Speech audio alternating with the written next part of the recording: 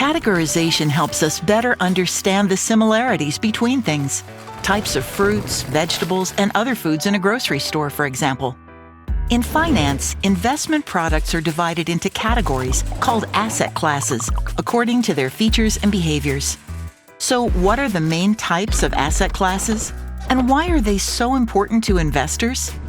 This is Asset Classes Unpacked.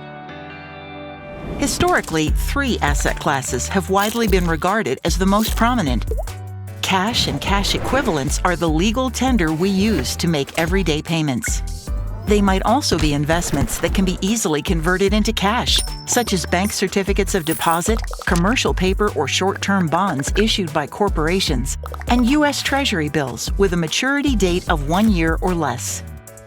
Cash and cash equivalents are highly liquid assets that can be accessed easily, and they are largely seen as a low-risk, low-return investment option. Equities, also known as stocks, are defined as shares of ownership in a company. Equities can be traded on stock exchanges such as the New York Stock Exchange, NASDAQ, and the London Stock Exchange. Based on their performance over the past 20 years, equities tend to produce the highest investment returns over time. However, they also come with higher risk, as their value may rise or fall depending on factors including the company's performance and investor demand. Fixed income refers to investments in debt securities that provide fixed returns in the form of periodic payments. Common examples include government bonds, municipal bonds, and corporate bonds. Thanks to their predictable returns, fixed income assets are usually considered less risky than equities.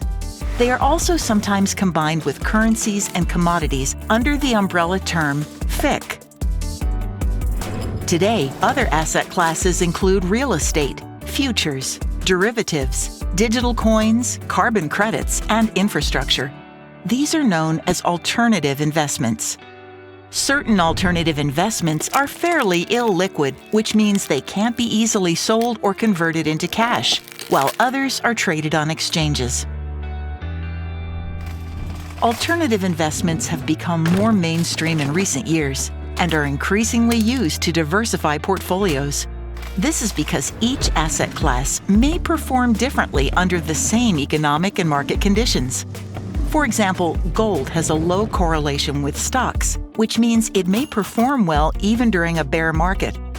Conversely, it may not necessarily offer high returns when the stock market is rising.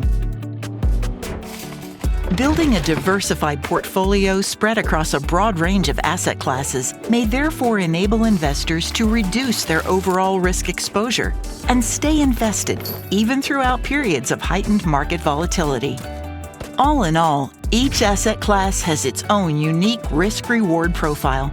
As such, the way an investor divides their portfolio among different assets, a process known as asset allocation, ultimately depends on personal factors, including their investment goals and risk tolerance.